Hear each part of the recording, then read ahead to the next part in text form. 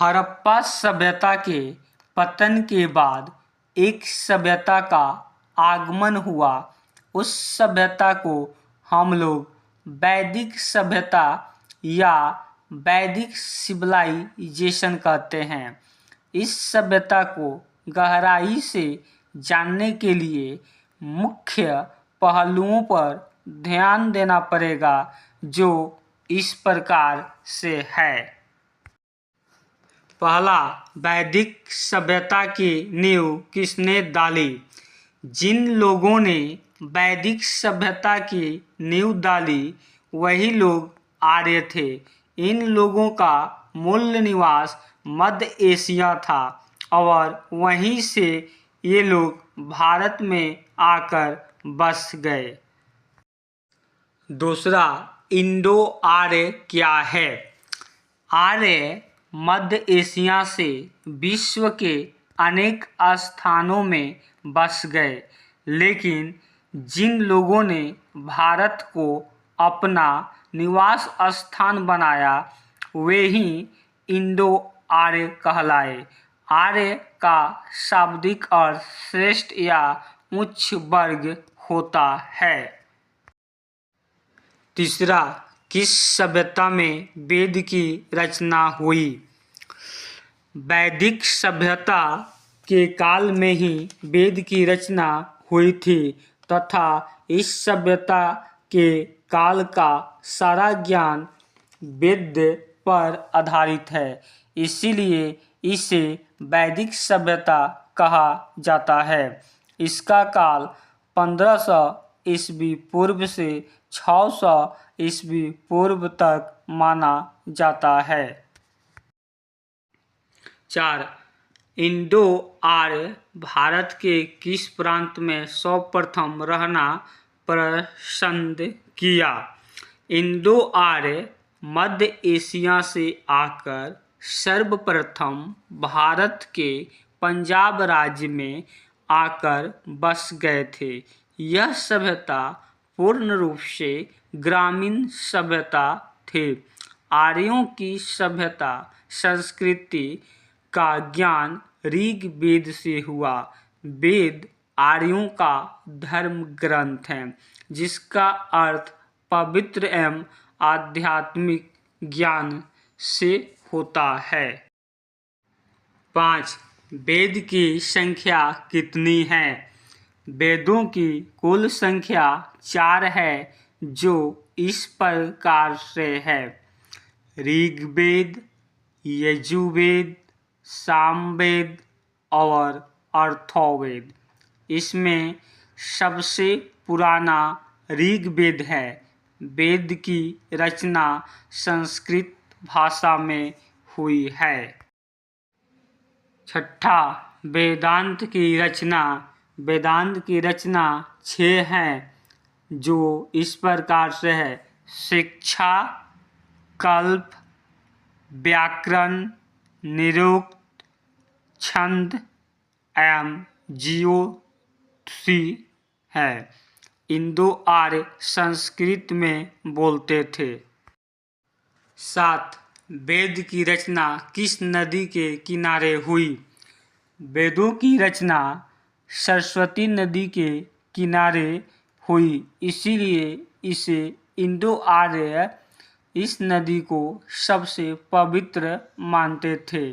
वैदिक काल के सबसे प्रमुख नदी सिंधु नदी को कहा जाता था। 8. आर्यों का मुख्य पेशा पशुपालक था। आर्यों का मुख्य पेशा पशुपालक था। खेती उनका गौण धंधा था। आर्यों अपने जीवन में सबसे ज्यादा महत्व घोड़ा को देते थे, क्योंकि वे लोग घोड़ा को अपने साथ लेकर आए थे। वैदिक काल में इंद्र देवता का स्थान अहम था, इसीलिए इसे सर्वप्रिय देवता इंद्र को माना जाता था। 9. आर्यों के बीच गायों को लेकर झगड़ा होता था। गाय को लेकर आर्यों के बीच हमेशा झगड़ा हुआ करता था। वे लोग मानते थे कि जिस आदमी के पास जितना गाय रहेगा वह आदमी उतना ही धन्यवान या शक्तिशाली कहलाएगा।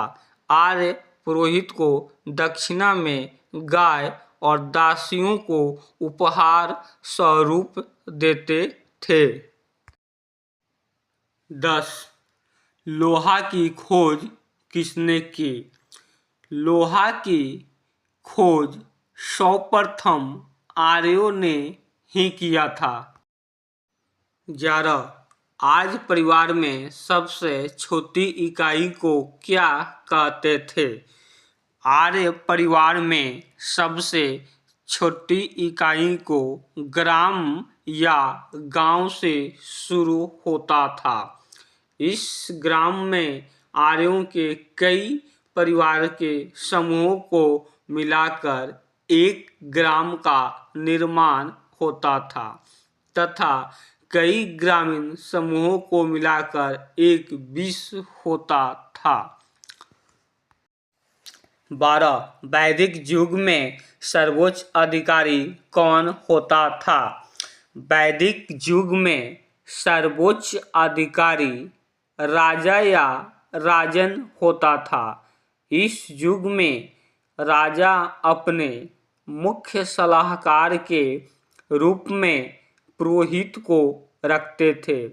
इस काल में दो महान पुरोहित थे, पहला वशिष्ठ और दूसरा विश्वामित्र।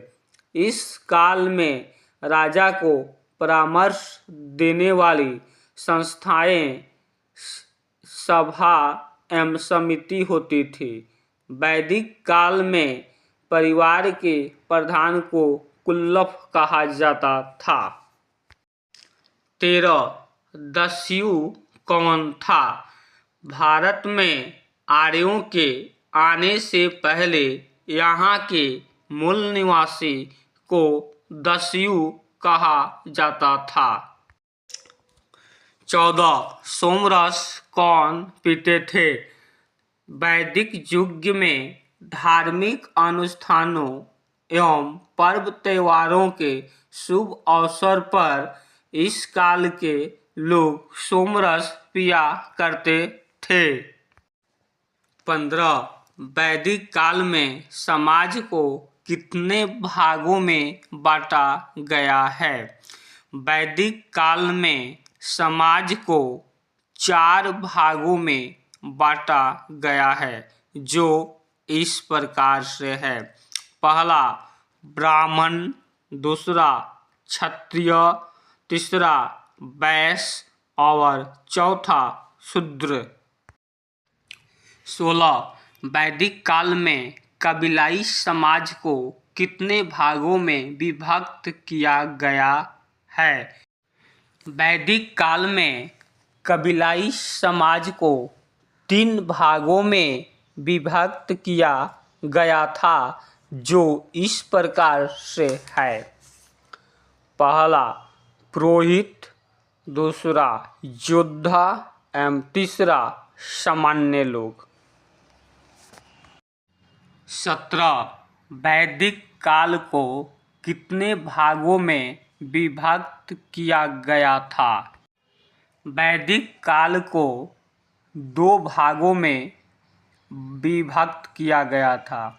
पहला ऋग वैदिक काल, जिसका समय 1500 ईस्वी पूर्व से 1000 ईस्वी पूर्व बताया जाता है।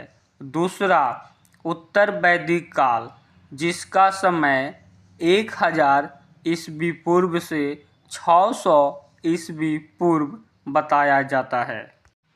ऋग वैदिक को छोड़कर शेष धर्म ग्रंथों की रचना उत्तर वैदिक काल में ही हुई। 18. उपनिषद साहित्य क्या है? उपनिषद साहित्य एक प्रकार का दार्शनिक साहित्य है। उपनिषदों के ज्ञान का सार तत्व है परमात्मा में व्यक्तिगत आत्मा का विलीन होना। 19 मुंडकोपनिषद। सत्यमेव जयते शब्द मुंडकोपनिषद से लिया गया है। 20 पुराण क्या है? पुराण एक धर्म ग्रंथ है जिसकी संख्या 18 है। उत्तर वैदिक काल में 16 महाजन पदों की संख्या थी। 600 ईस्वी पूर्व में कौशल, मगध एवं वत्स जनपद शक्तिशाली थे। इसमें एक और शक्तिशाली राज अवंती था जिसका केंद्र उज्जैनी या उज्जैन था। अंगराज के प्रसिद्ध बंदरगाह चंपा था।